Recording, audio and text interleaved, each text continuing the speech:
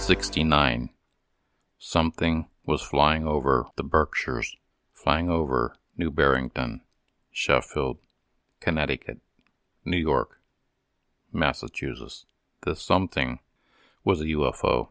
Hello, I'm Al Cooley, host of Ghosts in the Valley. Today we have part 3 of the Berkshires UFO that was recently released through Netflix on Unsolved Mysteries, episode number 5. Melanie Kirchdorfer was abducted, and her ordeal lasted all night. Melanie spent her whole life in turmoil, battling with her inner demons of what happened. And finally, 51 years later, Melanie can tell her story. But before we get into Melanie's story, when I interviewed Melanie the first time, for almost an hour, there were weird sounds, and it's hard to explain what was coming through the connection that we had. Near the end of the interview, everything on my end cut off. You see, Melanie possesses a lot of power and energy, and I'm assuming it's from the night she was abducted. She sets off car alarms. She can't go through radar scanners at the airport. Lights flicker. Her husband won't even allow her in his office for fear she will shut down his computer where all his files and work from his construction business is located.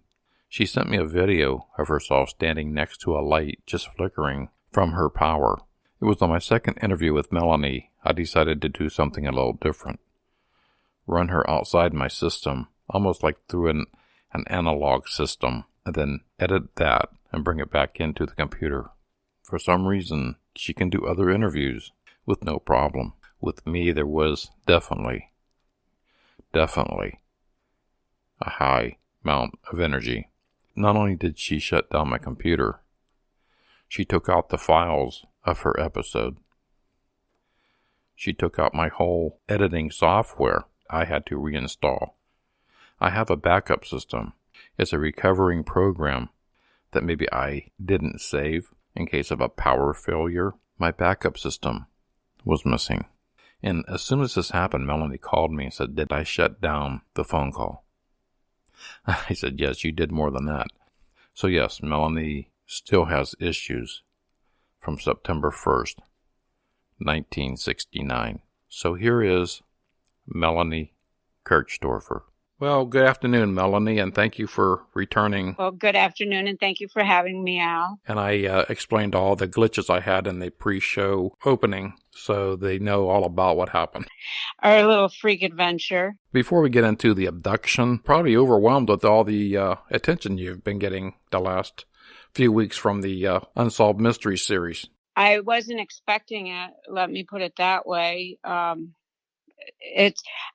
not getting as much attention as the guys are getting because I don't put anything out there. People are finding me, whereas they have Facebook pages about it. I don't have any Facebook pages about it. I have no book intentions or anything like that. So any contacts, people have contacted me, which is fine. It's fine. I've actually enjoyed it. I've been working.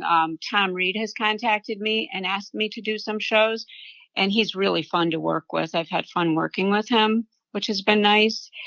So I never planned on doing this. It wasn't something that I planned on doing, but I've been enjoying it. The people that I've met have been lovely, very lovely people. So it's kind of a healing process for me because it was so traumatic for me. So this is my time for healing. That's how I look at it, because I've met so many kind people going through this process. Yeah, I was talking to Tom Warner, and he was telling me how somebody had told him, "You're so lucky that, how did this happen to you?" And he says, no. At the time it's you're not lucky. I mean, something like that just, falls upon you like that. Are you the chosen one?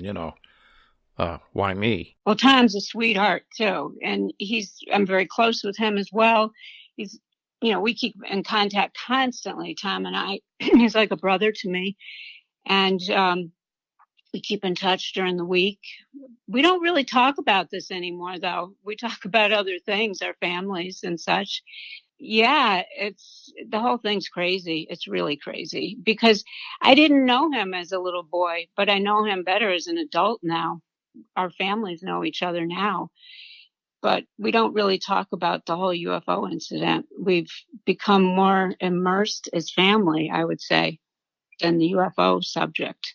Yeah, by me talking to a few of the production assistants from the Unsolved Mystery crew that came and did your research and everything, they were telling me they knew it was going to be a hit, but they didn't know it was going to take off like it did. Really? They knew it was because they signed like I guess what I was told, a 6-part series. So there's another 6 parts coming, 6 episodes coming up, being released sometime this year. So when they threw in that UFO segment, episode 5, it was like, he says, one of their most watched programs ever. I figured you guys really, you might have got overnight success and not even known it, I had no idea how big it is because I hear it from other people.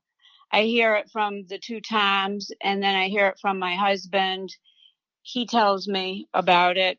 That's how I find out about it. But, or my sons will tell me about it.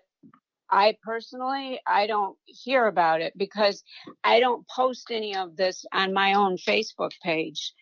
I guess I'm more private about it. And then the guys will tell me about it. That's how I find out about it, which it's interesting. I think that, the 2 times they're more, Tommy Warner, he's writing a book. I know that. So, that's probably why he has his page. This is his passion and also his painting. So it's really his passion. It's something that he's been doing. And, Tom has the park that he's been working on for everybody. He's hoping to get the park together for everyone, not just him. My husband and I, we want to donate a picnic table for the park. So they have their passions and their reason. And I guess I'm just kind of dumbfounded over the whole situation because I haven't been thinking about it as long as them because of what had happened to me as a child. I was told not to talk about it and that it never happened and don't even think about it. Whereas they had a better support system than I had. So it's different for me. I really only had my sister. That's it. Are you still in the area? I'm in Stockbridge. It's just a town over. One town over. Okay, is that in Berkshire County? Oh, yeah. It's in the same school district, everything. It's generations, the same generation, same hospitals, same people. And that's actually the same place where Jane Green seen the UFO to start the show out with. Right. We have a lot of sightings here, too. Actually, my husband and the other time, we ran into someone. My husband ran into someone and said, "Oh, I saw Melanie on Netflix." And, that same night, I saw 6 UFOs that were heading in that same direction towards Glendale right before Jane Green saw it. I was in Stockbridge in the main street area, and it was heading right towards where Jane Green saw it that same night. He was just a kid. His family lived right on the main street of Stockbridge. And, and since I talked to you last, been reaching out on Facebook and different groups, paranormal groups, and to try to contact more people that didn't come forward or, weren't part of the Netflix series. That, maybe there might be some other people that witnessed this. And I've been overwhelmed with responses from people who seen like 6 or 7 in a V formation. I was excited to get these emails, 51 years later. Well, fortunately, my friend Patty, she lives on Cherry Street. I spoke to her today because a woman called me about a case that she heard about where a man disappeared in Michigan and then he showed up a year later in Great Barrington. And she would like to write a book about him, but he won't talk. He won't talk about it. My friend went to school with the relative of him. And my friend has photographs of 2 UFOs from Cherry Street. And this woman, this writer, asked if I would give her the telephone number of my friend. And I said I had to ask permission. And fortunately, my friend Patty is giving me permission for this woman to contact her. So it is hard to get people to come forward because people think you're crazy. Exactly, yes. It took me 61 years before I got permission from my parents to come forward. And it wasn't even permission, really. It was a very bizarre situation, what happened. And people think you're crazy. They just don't. They tell you as a child that it's not happening, that it's all in your head. And you begin to believe it. Right. I'll tell you one thing is, yeah, you're labeled crazy or you're out there. But on the other hand, which I found, I still believe, is a huge, huge cover-up from the government that doesn't want these things out there. I believe that. And I think that's why I'm being targeted a lot on a lot of my stuff being hacked into and missing. But I want to keep on putting it out. It's just virtually impossible to have an airport, an air traffic controller right near these things. And you can't tell me you see 7 UFOs over your base. It's just unbelievable to me. Well, I think it's awful funny that the police department had nothing on it either that night. And I've had calls coming in that say they left messages at the police department when they say they didn't have nothing. So why do I have people telling me they left a message? One lady even said she was even labeled like, "What are you drinking tonight?" So it's like you're already labeled, like you said, either crazy or drunk or on something, And so I can understand why a lot of people didn't come forward. I'm glad that you and Tom Warner and Tom Reed, Jane Green, y'all came forward to share your story. And I have heard that swamp gas theory many times before, too. I've heard people say, oh, it's just swamp gas. It's just swamp gas. So Jane wasn't the first person that was told that before. And growing up, have you witnessed anything like this before the abduction? I've had them before, and then I had them again afterwards, yes. I did. As a child, I had them. It started when I was 4 years of age. When it happened, the 69 incident happened when I lived on 55 Castle Street in Great Barrington. But my first incident started on that I can remember. It could have happened when I lived on Cottage Street, thinking back now. I probably was 2 when I think back now. But I know for a fact in my mind, and from I told you that I had to go to a PTSD specialist for a couple of months, I would say 3 months. I went for PTSD therapy, and I know that it happened starting at 4 years of age. And what happened was there were these little gray men that would come into my room, particularly one. And I kept telling my parents, I kept telling them, and they would not believe me that this was happening. They would say that my brother had an imaginary friend. My sister saw it. She said that he looked like a troll. She saw him out in the tree. But he would come in my room and then just take me. It was so bad that my father, there was an attic in my room, because I would go up into the attic and I would be levitated up into the attic and then out the window and down through always the river, always the Housatonic River or water. A body of water was always involved. And my sister believed me. She would always know that it would happen because I'd always get back into bed with her when I'd finally get back. But my parents, the attic door was right in our bedroom. And finally, he put all these big locks, those bolt locks on my attic door. But it didn't matter because they could still get through it. And I found out after Netflix from a classmate of mine, the same thing was happening to her sister on a street over on Dresser Avenue. But her family believed her. Her parents believed her.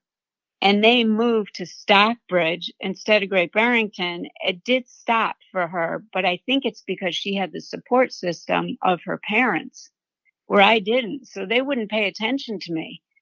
They would just be angry with me. I think that makes it tough as a child, to deal with that your parents don't believe you, and also dealing with the trauma that's happening. Exactly. I mean, I actually got locked in the basement one night because of it. just to shut me up. My mother found me one night sleepwalking around. It must have been after an incident when they dropped me back off. And she's like, what are you doing? What are you doing? I don't remember her sleepwalking in her bedroom. She said, I just said, hi, Ma, hi. And then she walked me back into my room. But I have videotapes of being hypnotized, going through all of this, going back through this. Because I went to a PTSD specialist to find out exactly what happened. And you have to go for 4 weeks to prepare yourself for the trauma of what happened before they'll even hypnotize you for 4 to 6 weeks, however long. They have to prepare you for it, because some people cannot do it because you could have a nervous breakdown. It's so traumatic. It's like looking at a movie of your past life. So they have to know if you're going to be ready to see what you're going to see. Like I said, they work with soldiers and they work with police officers, rape victims. This man is himself. He was a soldier. I believe he was in the Marines that does this hypnosis work. And it's very serious what you have to do. And it's not a one-time thing. You know how people will go to have hypnosis done in a one-time thing. It's a series of things that you have to go through. And it's pretty amazing. I can remember the color of the bedspreads in my bedroom when I was 4 years old. I can remember songs that my sister and I were singing. My sister was like, I can't believe that you can remember all these things. And then she would remember when I would tell her. But it's pretty crazy. It was scary. And he wanted me to continue. But I found out enough. Enough was enough. Maybe in the future I'll go back and find out more. But it was very, very hard for me to do. And I did keep the tapes. It's frightening to watch them, but I have them. Like I said, maybe in the future I will continue to do it. But right now I know enough. It's just a really scary thing. My other incident I had was, I would say I was in my 40s. I still had an exchange student living with me. I used to be the American Intercultural Student Exchange person for this area. So I would place exchange students into other homes, and we always had exchange students here.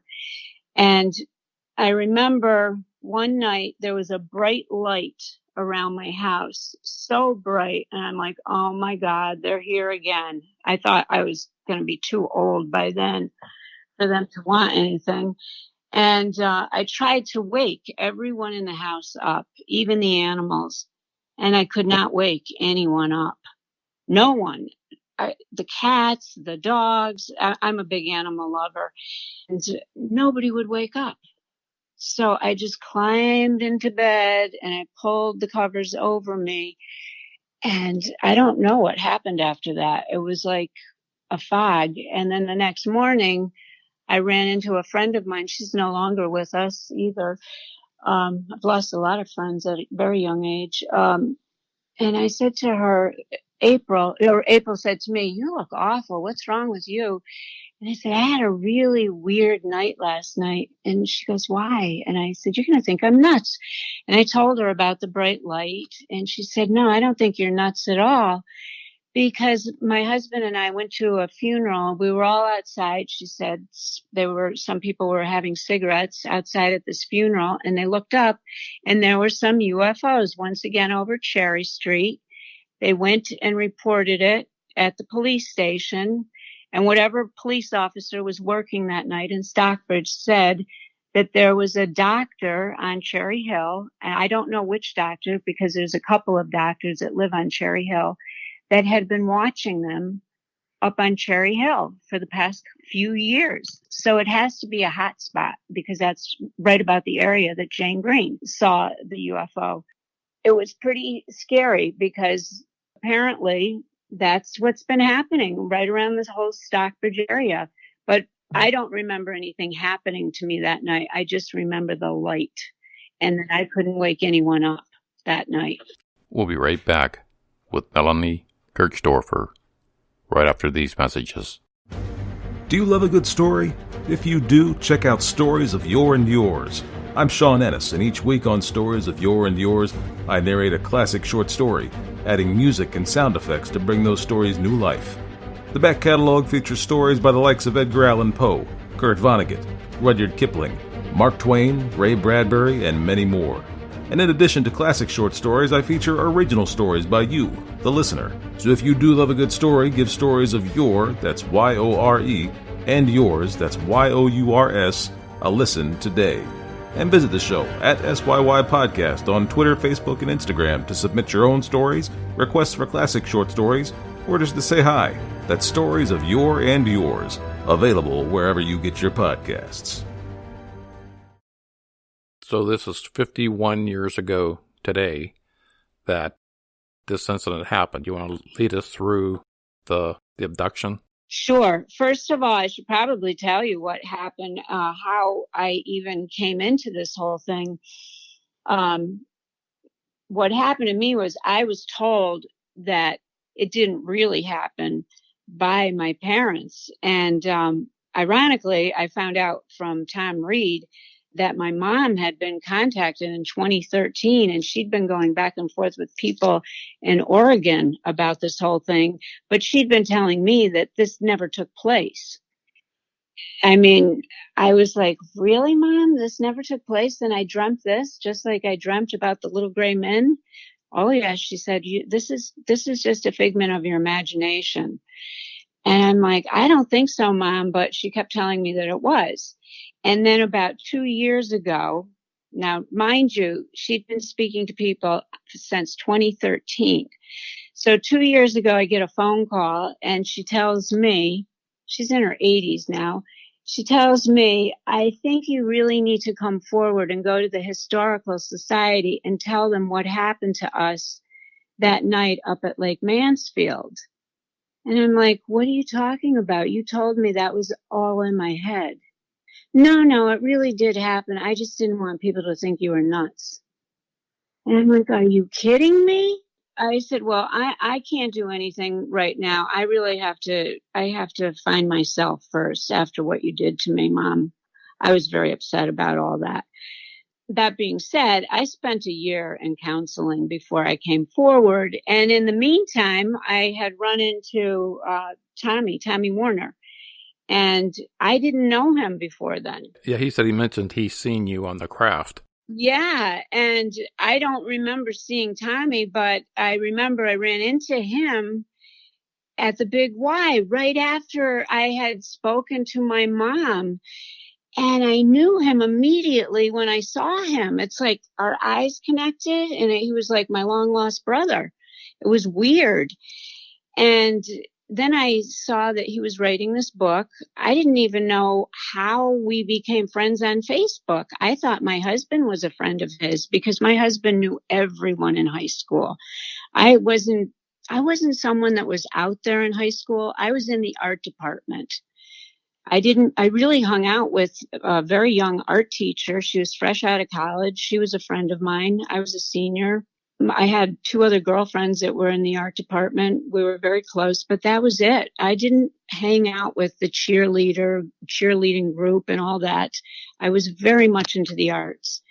So that being said, I really thought he was my husband's friend. I saw that he was writing this book about UFOs, and my husband is very much into watching those shows, which I could never watch before because I was so afraid to watch them, because of everything that happened to me as a child. And then again, as I got older. So I couldn't watch them before. And I thought, okay, well, I'll contact Tommy Warner and I'll ask him if, when the book comes out, if I can buy one for my husband. So I private messaged him and he said, can I call you? And I said, of course you can call me. This was after I had seen him at the Big Y. He called me up and he goes, you were there. And I knew I was there, but I didn't know that he was there because I hadn't seen him on this. And I didn't know that's what his book was about. And I was like, I got goosebumps when he told me that because I didn't know his story. I didn't know about the whole Netflix thing. I had no idea of what he was going to tell me. He said, "Can I come over and talk to you and your husband?" And I'm like, "Yeah." And I'm like, "This is crazy. I got my mother telling me something." And this I was told not to talk about my whole life. And now you're put on the spotlight.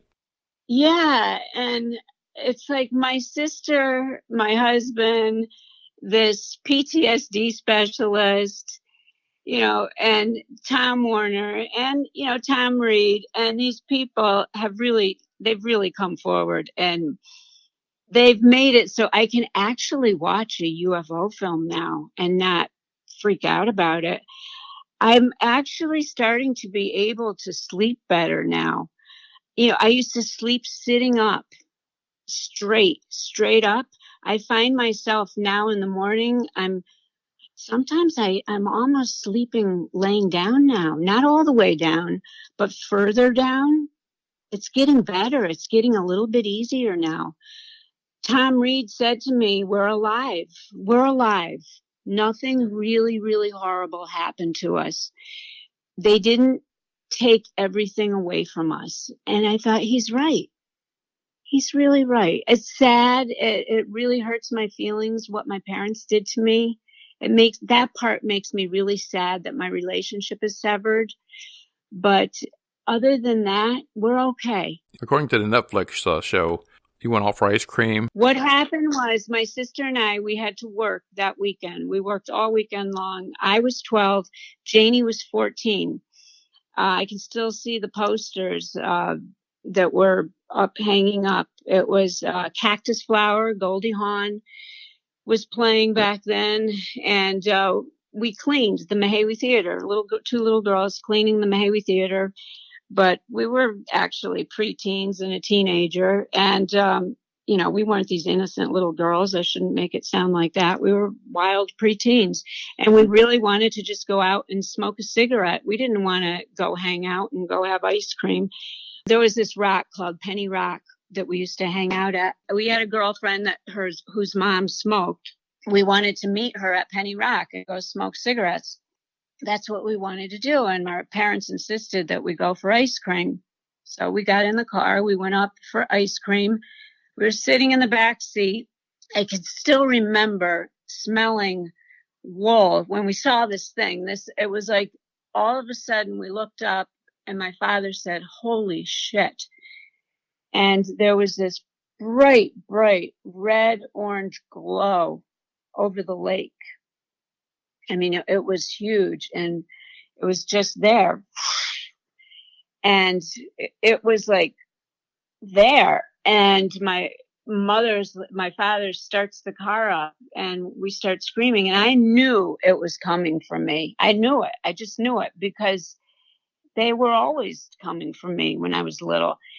And I'm like, "No, Dad, no." And we were screaming and my mother's going, "No, Joey, don't. And he wanted to follow it and started chasing it. And I remember smelling great, like this wool smell. And I asked my mom, why did I smell wool? Why was there a smell of wool? And she told me that it was because my dad's blanket, he had a gray army blanket in the back seat of the car. And my sister and I, we were in the back seat of the car. My brother was back there too. And we had our heads down screaming in the back seat of the car. So I must have been smelling that wool army blanket when I was screaming and crying. And then the next thing I can remember is being over Berkshire Heights, levitating. And when you levitate like that, when they do that to you, you can't move. It's just your eyes that are moving. It's just your eyes. You're stuck. And I remember being stuck there. And then my next memory is being on the craft. I only remember myself being in a room. It was like a metallic room. And I don't remember anyone else being in that room, just myself. And then my next memory is being in another room with other children. And then they would just disappear. One newspaper quoted me saying that they were classmates of mine. They were not classmates of mine. I never said that they were classmates of mine. I don't know who those children were. I had never seen them before. Tom said he saw me there, but I didn't know who Tom was. But there were definitely other children there, and then they would just vanish. Boom, boom. And then I woke up on Lake Mansfield, and I had horrible stomach pains.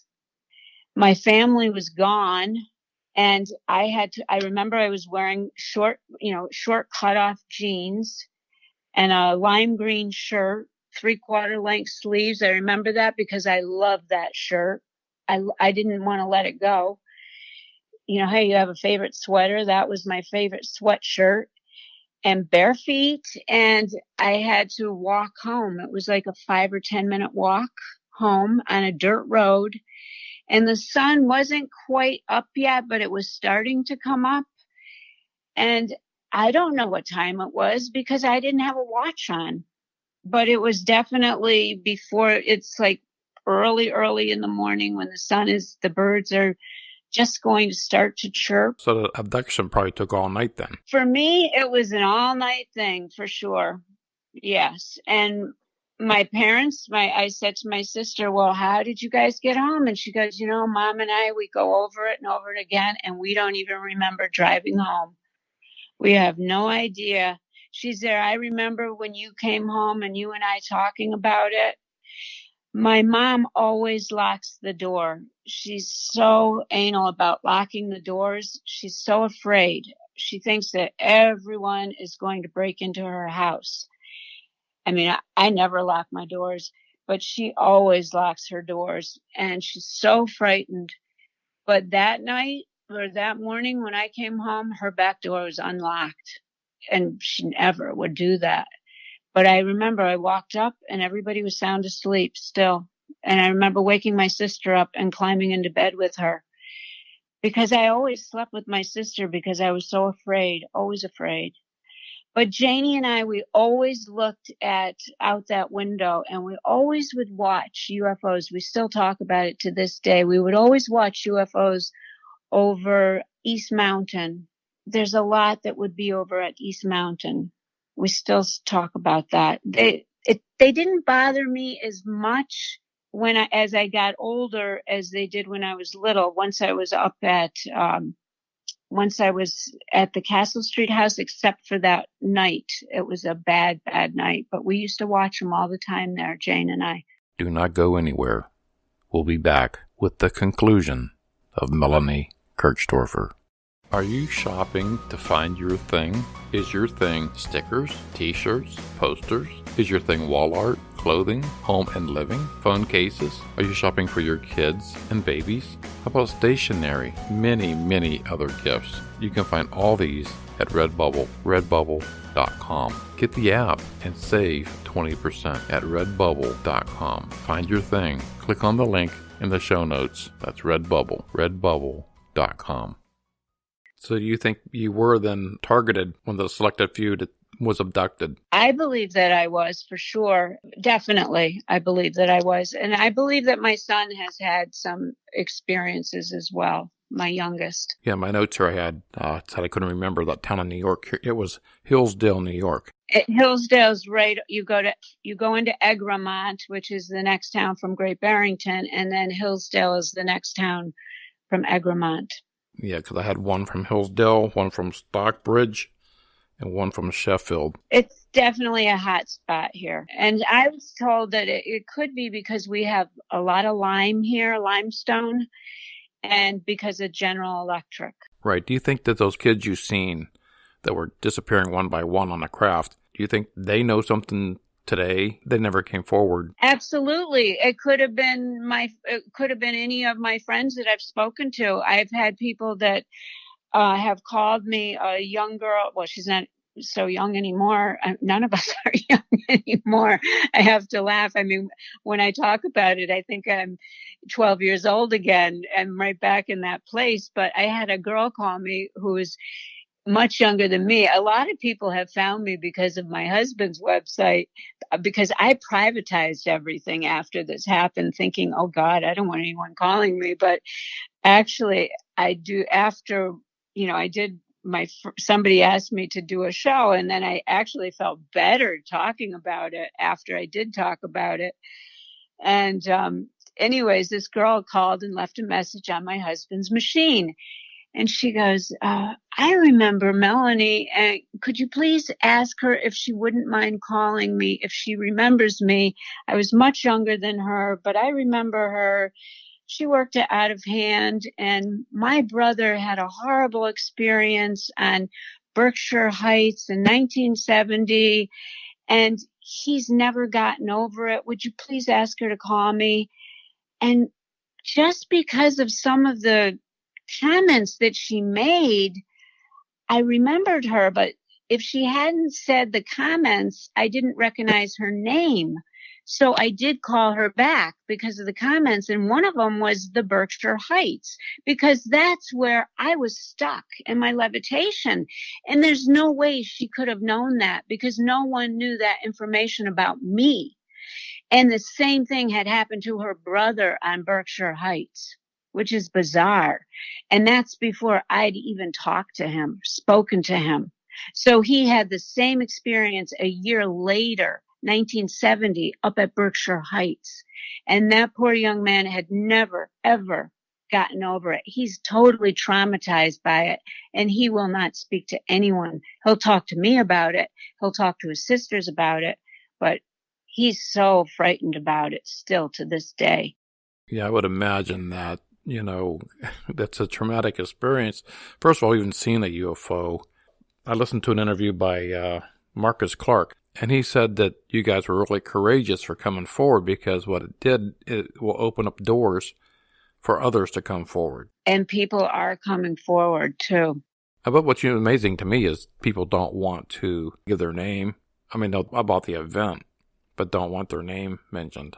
And that's okay. I mean, because I have a lot that I understand whatever position they're in, job-wise or family-wise, don't want their name out there. I think more and more people are becoming relaxed. I think I might even be able to get that guy in the future to talk about it, because his sister calls me now almost every Sunday, and they want to come and visit me. They want to come back here once the whole CV-19 thing is over. And I think if he sees that I'm okay now, and I have a good support system now, and with the whole park that Tom is trying to do as a whole healing adventure for all of us, maybe he'll see that having a support system will be there for him, and he's not alone. He wasn't the only one that had to go through this. It was horrible for everyone. It's not something that was a glorifying adventure. None of us look at it that, oh, wow, this was cool. It wasn't cool. This is not cool. And I think that's what Tom Warner was trying to put out there, that, to the one person, none of he's interviewed or asked by someone, how lucky you were to be, and he says, no, that's not, he wouldn't use that word at all. No. Mm-mm. But I was looking at some research I've been doing, in 2019, there was over 6,000 sightings last year, UFO sightings. I'm afraid to go outside and look up at the sky. I really am. My husband will say to me, come on, let's go for a hike out in the woods. And why don't you just go out there and sit on the rock and call them down here? Because you can do that, And I always say, no, I'm not going to do that. Are you kidding me? You know how they just recently had this thing, it was on Facebook, that you can call them down just recently. Did you see that? Yes. And he was begging me to go do that. And I said, absolutely not. Are you crazy? I'm not going to do that for you. Right. Begging me. And I said, no, I am not going to do that, because this is not fun. Mm-hmm. You have no idea. This is not fun. It's not something you want to do. And you're playing with fire. And I said, I'm not going to partake in that. This is not a fun thing to do. So I refused to do it. The silence. There's no noise coming from this craft. From 1952 to 1969, that's 94, 98, there's no sound. Could you verify that while you were on a craft?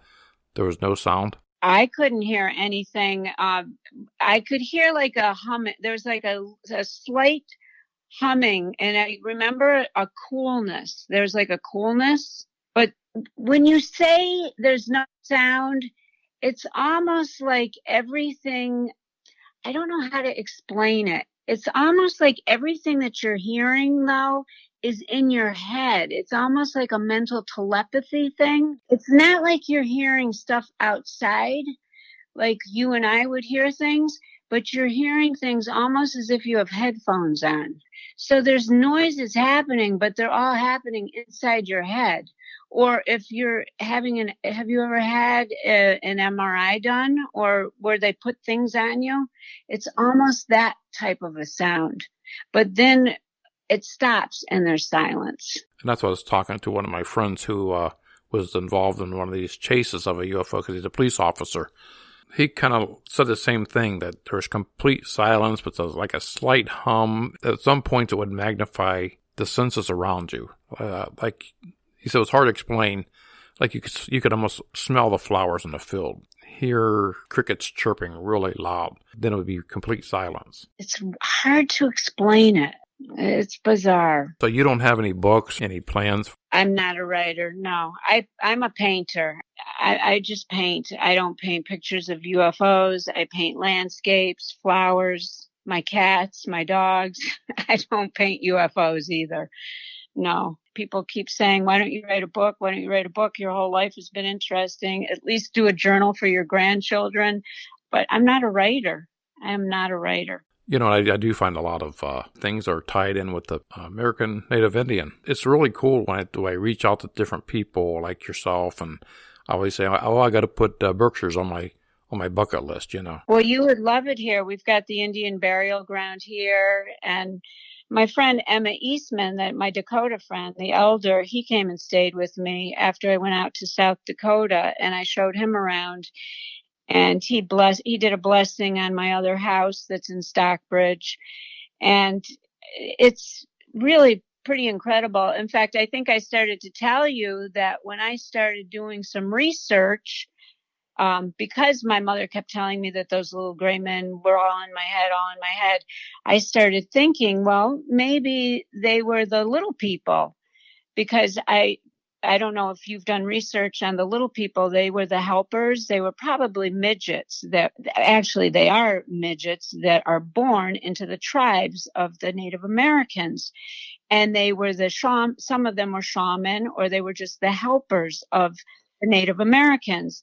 So I started looking into them thinking, well, maybe these were ghosts of the Native Americans from King Philip's War, and they were killed along the Housatonic River because the Great Wigwam was where the Congo Church was. So I started researching that and King Philip's War, but it didn't add up because they didn't look like that. They definitely didn't look like that. They were the Greys. So that's what got my interest in Native American history, and that's what brought me out to South Dakota. So I did a lot of research. Everything that happened for a reason, because I did a lot of learning about the First Nations people because of it. So everything happens for a reason. I'm not sorry that it happened because I've met a lot of great people, and it took me on some good travels trying to find out what happened. Almost everybody I talk to, I get a very interesting, history lesson or something I didn't, I'm always learning from different UFOs or ghost stories, so it's always interesting. Of course, for sure. Well, it even took me into the travels to go down to the Mayan ruins, which I know there's a connection there with the UFO phenomena too. It's just so interesting to see the drawings on the walls. And a friend of mine in Belize, they claim that they see UFOs down there all the time. So there's a connection for sure. I don't know so much that they want to harm us or hurt us. I don't think that they intentionally want to harm us. I think they're more concerned about what we're doing to the earth. And at the same time, I do question, though, if our government isn't involved in it as well. I have questions. I have a lot of questions. Well, Melanie, I really thank you for your time and your stories. And I know it's been crazy since the Netflix. I was glad to contact you and happy you got back with me, along with the other two Toms and some other people that I've contacted through my research. It takes a lot to come out and tell your story, what you witnessed and experienced. Thank you, Al. I've enjoyed it. And I've also enjoyed a lot of the story that you sent me. I loved the other day, by the way. I really enjoyed that story. Thank you, Melanie, for that fantastic interview. It takes a lot. Open up your old wounds and share your story of 51 years ago. Talking with Marcus Clark, the director of the Unsolved Mysteries, Berkshires UFO, we were talking about scenes that were left out and things he wished would have been kept in the episode. And he did mention there was a lot on you he wished they would have kept in. And he didn't cut it out. It wasn't him. It wasn't his decision to cut out any scenes of the Berkshires UFO. And I know Tom Reed was upset on some of the documents and the park that were left out of his segment. There's others that was left out as well. Marcus said that, parts that were left out he wished were kept in, and yours was one of them. Melanie is not writing a book. She doesn't really have anything to benefit from this podcast. She wasn't paid by me, by Netflix, by Unsolved Mysteries. So she's really not gaining anything by these interviews, just to share her story. Melanie's husband, he has a construction business. So I'm going to reach out to all of you, especially in the Berkshire area, Massachusetts, in Stockbridge. Henry Kirchdorfer III has been renovating houses. His construction company has an A+ rating with the Better Business Bureau. So if you need an addition added on, if you want to rebuild your home and give it that historical look, Henry Kirchdorfer III can do it for you. I'm going to leave his number, his email, and his website in the show notes. Again, thank you, Melanie. It was my pleasure to have you on the show today. Next week, I will be talking with Doug Sackman. Doug was the special effects and art director of the Unsolved Mysteries, Berkshires UFO. Doug Sackman. I'm your host, Al Cooley. We'll see you next week on Ghosts in the Valley.